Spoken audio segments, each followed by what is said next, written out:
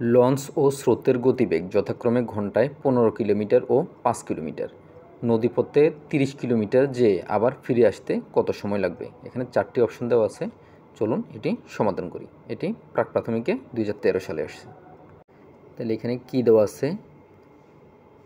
Launch এবং স্রোতের। তাহলে স্রোতের অনুকূল, একটা হচ্ছে অনুকূল, একটা হচ্ছে প্রতিকূল। স্রোত যেদিকে ওইদিকে যদি হয়, নৌকাটা যায়, তাহলে সেটা হচ্ছে, বা লঞ্চটা যায়, তাহলে সেটা হচ্ছে অনুকূল। আর যদি বিপরীত দিকে যায় তাহলে এটা প্রতিকূল। তাহলে স্রোতের অনুকূলে গতি, অর্থাৎ লঞ্চের যে গতি ওইটা 15 কিলোমিটার, সাথে স্রোতের স্রোতও লঞ্চ যেদিকে যাইতেছে স্রোতও সেই দিকেই, সেটা 5 কিলোমিটার সমান 20 কিলোমিটার, অর্থাৎ প্রকৃত গতিবেগ হচ্ছে 20 কিলোমিটার পার ঘন্টা। তাহলে 20 কিলোমিটার যায় সমান 1 ঘন্টায়। তাহলে প্রশ্নে দেওয়া হচ্ছে কত?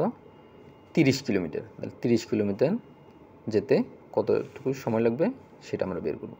30 কিলোমিটার যায় সমান, তাহলে এটা হবে উপরে 30, নিচে 20। সেটাকে যখন আমরা ঘন্টা ভাগ করব তখন কত হবে? 0 0 কাটা গেলে থেকে 2 ভাগে 3 ঘন্টা। এটাকে আমরা ঘন্টাতেও প্রকাশ করতে পারি, প্রায় 1.5 ঘন্টা, 1 ঘন্টা হাফ। এইভাবে লিখলেও আমরা পরে এটা পুরোটা বের করতে পারবো।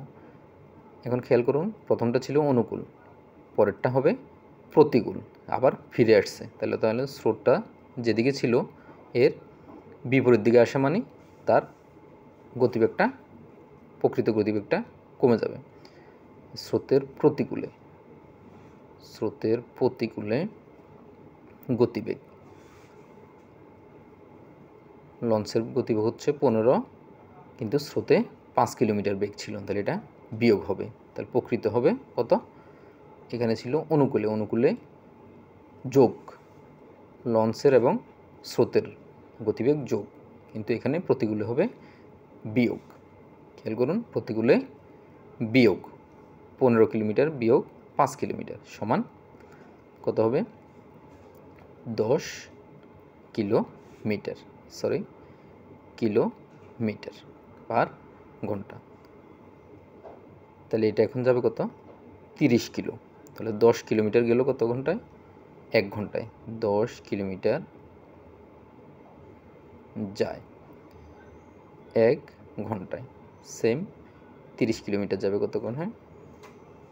30 কিলোমিটার যাবে 30 ভাগ 10 ঘন্টা সমান হবে কত?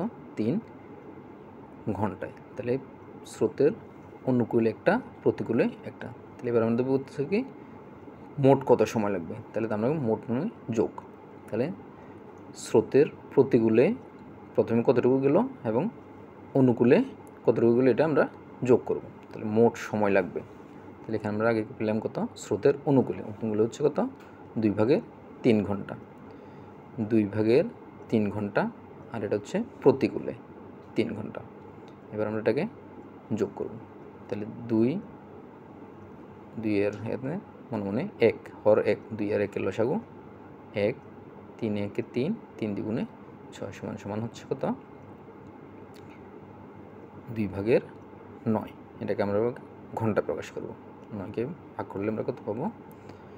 4 দ্বিগুণে 8, বিয়োগ করলে 1। তাহলে ভাগফল যেটা হবে এটা হবে সমস্ত 4 সমস্ত 2 ভাগের 1, অর্থাৎ 4.5 ঘন্টা।